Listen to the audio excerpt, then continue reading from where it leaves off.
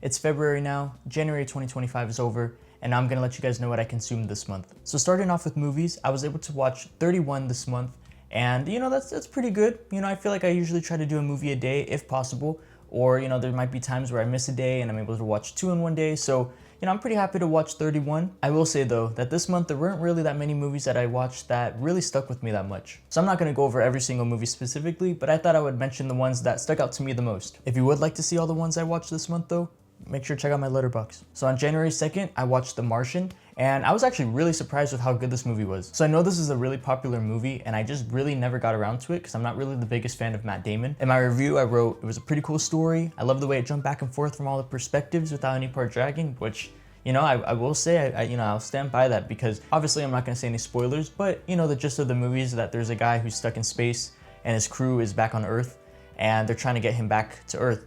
So the way that they're able to kind of handle all of this while still making it interesting and not like this boring kind of movie, I don't know, they did a good job with this. They did a good job. And I did enjoy the cast as well. That was another big point that really kind of brought the movie together. Okay, this movie really just caught me off guard. We have The Big Year, came out in 2011, has Steve Martin, Owen Wilson, Jack Black. This is such a random movie that I remember seeing when it had first came out, like not actually watching it, but like, hearing about it and stuff. But it just never really called to me. One random night on January 8th, I was just scrolling through Max and came across this movie, thought I'd play it, and it was such a pleasant watch. It's literally just a movie about guys watching birds and they're competing to see who's gonna see the most birds that year. And I know I've recommended this to a couple people too.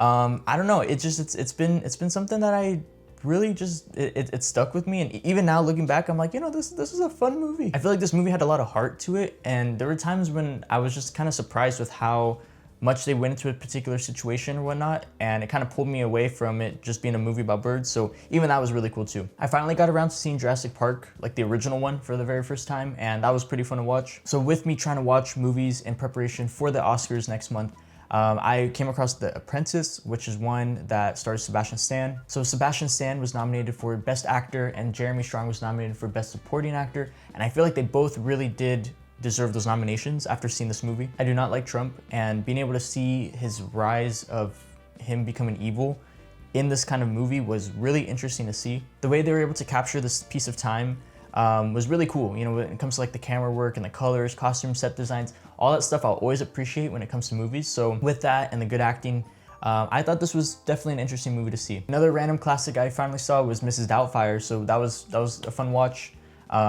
Never was something that I ever really wanted to really see. It was just a movie that growing up I'd heard of it, but you would see clips of it, flipping through channels and whatnot, but I just never really sat down and watched it. So similar to Jurassic Park, it was fun to see a classic movie. So as I said, there weren't really any movies that really stuck out to me this month. Obviously, when it comes to these types of videos that I'm gonna be making, it's gonna be me sharing my first watches to movies rather than rewatching anything or specific movies that came out in that month specifically. So now moving on to music. Apple Music does their Apple Music replay month by month kind of recap thing, which is pretty cool. They started doing last year. So I listened to a total of 2,167 minutes this month. And this is just for Apple Music, so I mean, there's not gonna be every single minute of music that I really did consume, being taken into account here, but that's what we have. This is also equal to just over 36 hours of music. For my top 5 most listened to artists for this month, we have Mac Miller actually at the #1 spot, obviously with the new album that came out. I'm not surprised to see this. Tyler, the Creator, makes it at the #2 spot. Okay, that actually is a little surprising. He didn't really come out with any new music, but Chromacopia still has a hold on me. Mike, okay, once again, someone else who dropped an album. The Alchemist, I feel like The Alchemist will always just be here. I wouldn't be surprised if he's in my top 5 for every single month, just because I feel like I will always listen to some type of music from him. And then we have The Weeknd coming through from the one listen that I gave his album on the last day of the month. Top 5 songs, we got Stoned, going back to Mac Miller's album. That's pretty cool to see that, that's actually the only song that has a double-digit play amount. So that's interesting. Like Him, Ratata, both from Chromacopia. On God, once again, we got Mike. That was, for you guys who watched my other video, that was my #1 song of last year. So seeing it still, being played, it's a good song. What can I say? It's a good song. And then Sky, Aaron Carl. This is just a random like house song I found. It's good though. It's a good song. And then for albums, once again, Mac Miller #1 with Balloonerism. This was the first big new release to come out this year, and especially with it coming out in the middle of the month, I had more time to really sit with it, play, listen to it and all that stuff. Once again, The Weeknd's gonna be #2 just because he has an hour and a half long album.